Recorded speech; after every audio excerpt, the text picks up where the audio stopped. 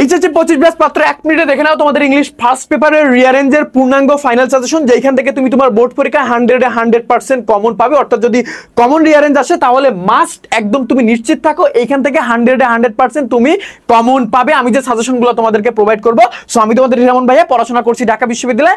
আমি তোমাদের ফাইনাল সাজেশনটা এমন ভাবে ডিজাইন করছি যাতে তুমি এইখান থেকে ডেফিনেটলি শিওর থাকো যে 100% কমন পাবো তোমার বোর্ড এক্সামে। সো আমাদের যে তোমার রিয়ারেঞ্জের ফাইনাল সাজেশন, রিয়ারেঞ্জের ফাইনাল সাজেশনের প্রথমটা কি আছে দেখো, a famous teacher and a lad. কি আছে? A famous teacher and a lad. A famous teacher and a lad এর ফ্যাক্টটা মূলত কি ছিল? তোমার একজন খুব বিখ্যাত একজন গুরু ছিল। একটা ছেলে এই গুরুর কাছে দীক্ষা নিতে যায় বা শিক্ষা নিতে যায়, হিন্দু একটা কাহিনী, অর্থাৎ হিন্দু ধর্ম মতের একটা তোমার কাহিনী ছিল। সেই কাহিনীর উপর বেস করে কিন্তু স্টোরিটা। সো ব্যাপারটা, ওই ছেলেটা যখন ওই গুরুর কাছে দীক্ষা নিতে যায় তখন ওই গুরু কিন্তু অনেক বেশি ফেমাস, কিন্তু গুরু যাকে তাকে পড়ায় না। ঠিক আছে, গুরু যাদেরকে পড়ায় তাদের অনেক ক্যালিবার থাকা লাগবে, তারা অনেক ইন্টেলিজেন্ট হবে, এইরকম স্টুডেন্ট কিন্তু সে পড়ায়। দ্যাটস ওয়াই এই তোমার যে গুরু অর্থাৎ যে ফেমাস টিচার, সে কিন্তু ল্যাডকে বিভিন্ন ধরনের প্রশ্ন করে তাকে যাচাই করার চেষ্টা করে। এইটা বেসিক্যালি কিন্তু এর ফেমাস। মেইনলি প্রশ্নটা করে যে সৃষ্টিকর্তা কোথায় থাকে, এই তোমার টিচার এই ল্যাডকে প্রশ্নটা করে।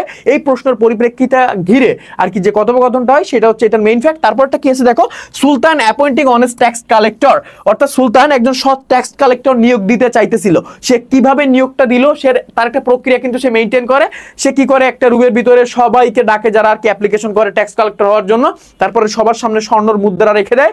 তারপরে কিছুক্ষণের জন্য লাইট অফ করে দেয়। লাইট অফ করলে মানে যারা আর কি ট্যাক্স কালেক্টর হইতে আসে সবাই অনেক লোভী ছিল, একজন বাদে। তো সবাই তো তাদের পকেটের ভিতরে স্বর্ণ মুদ্রা ভরে ফেলে। বাট তোমার লাইট অন করার পরে তোমার রাজা বলে সবাই নাচো। ঠিক আছে, সবাই নাচলে তো পকেটে ঝনঝন করলে বুঝতে পারো কে কে স্বর্ণ মুদ্রা ভরছে। তো সবার পকেটে ঝনঝন করে, একজনের বাদে সেই একজনই হয়ে যায় কিন্তু ট্যাক্স কালেক্টর, খুবই সৎ একজন মানুষ। তারপরটা কি আছে দেখো, প্লেটো আর অ্যারিস্টটলের গল্পটা। অর্থাৎ অ্যারিস্টটল গুরু হিসেবে কিভাবে প্লেটোকে পেলো। ঠিক আছে, অর্থাৎ অ্যারিস্টটল আর প্লেটোর যে মেইন ফ্যাক্ট সেটা হচ্ছে তাদের ভিতরে যে বিভিন্ন কথোপকথন হয় বা তাদের ভিতরে যে একটা বিশাল প্রসেসের মাধ্যমে তোমার অ্যারিস্টটল গুরু হিসেবে প্লেটোকে পায়। তারপরে কি আছে দেখো, নেকলেস অ্যান্ড জাজ। নেকলেস অ্যান্ড জাজ মানে তোমার একটা নেকলেস হারাই গেলে রাজা জাজের কাজ করে। রাজা সুন্দর একটা তোমার ইন্টেলিজেন্ট ওয়েতে চোরটাকে ধরে। ঠিক আছে, তারপরে আছে দেখো রবীন্দ্রনাথ ঠাকুর, Alfred Nobel, Kazi Nazrul Islam, Abraham Lincoln, Nelson Mandela. এই যে পাঁচটা তুমি এখানে দেখতে পাইছো রিয়ারেঞ্জ, এই সবগুলোর ফরম্যাট সেম ফরম্যাট। সবগুলোর ফরম্যাট কেমনে সেম দেখো, এটা 5 জন ব্যক্তিত্ব, গুরুত্বপূর্ণ ব্যক্তিত্ব। সো এই ক্ষেত্রে প্রথমে তাদের জন্মস্থান লিখবা। ঠিক আছে, জন্মস্থান বা জন্মসাল লিখবা। তারপরে তাদের শিক্ষাগত যোগ্যতা বা তারা কি শিখছে বা কোথায় যেয়ে শিখছে, মানে তাদের প্রতিষ্ঠানের নামগুলো দিবা। ঠিক, তারপরে তাদের তোমার যে অ্যাকুইজিশন বা তাদের অর্জনগুলো দিবা। তারপরে তারা কি কন্ট্রিবিউট করছে আমাদের সমাজের জন্য, তাদের কন্ট্রিবিউশনগুলো উল্লেখ করবা। ওইখানে সব দেওয়া থাকবে, জাস্ট তুমি একটু সাজায় লিখবা। তারপরে তাদের তোমার অ্যাচিভমেন্টগুলো কি আছে, তাদের যে আমাদের কন্ট্রিবিউট করছে এত কিছু, তাদের কোন সাহিত্যের জন্য তারা কি পুরস্কার পাইছে বা তাদের কোন ভালো কাজের জন্য, সবাই তো সাহিত্যিক না। সো এই হচ্ছে ব্যাপার। তারপরে তাদের একদম লাস্টে মৃত্যু সন দিয়ে বা তোমার মৃত্যু স্থান দিয়ে একদম ক্লোজ করে দিবা। এটা এইরকম ফরম্যাটেই আছে। তারপরে আছে দেখো the astrologer and the king.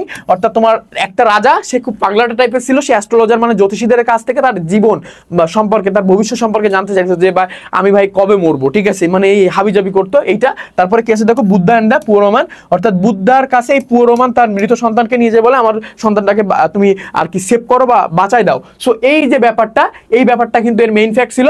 তারপরটা কি আছে দেখো, খানজাহান আলী এ প্ল্যান্থ্রোপিক ম্যান। খানজাহান আলী প্ল্যান্থ্রোপিক ম্যান, এটার ফ্যাক্ট আসলে এইরকম যে খানজাহান আলী তোমার খুবই ভালো একজন মানুষ ছিল। আমি তোমাদের একটা টুইস্ট দিই, এইটাও তুমি এইগুলোর সাথে মিলাই পড়তে পারবা। ঠিক আছে, ব্যক্তি জীবনে একদম সবগুলা সেম।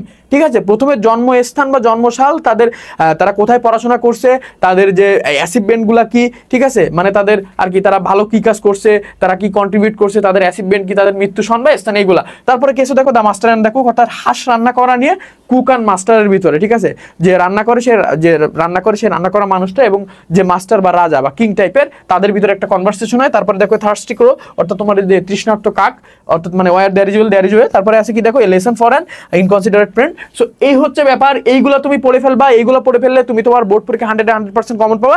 এখন ব্যাপার হচ্ছে এইখান থেকে তুমি দেখা যাচ্ছে তোমার যতগুলো বোর্ড আছে, একটা বা দুইটা বোর্ডে দেখা যাচ্ছে এখান থেকে আসবে না। ওই একটা বা দুইটা বোর্ডে কোথা থেকে প্রশ্ন আসবে হয়তো ক্রিয়েটিভ টাইপের রিয়ারেঞ্জ বা তোমার যে রিসেন্ট ইস্যুর উপরে রিয়ারেঞ্জ। সো এই বিষয়টা একটু মাথায় রাখবা। আর ম্যাক্সিমাম জায়গায় তুমি এখান থেকে ডেফিনেটলি 100% কমন পাবা।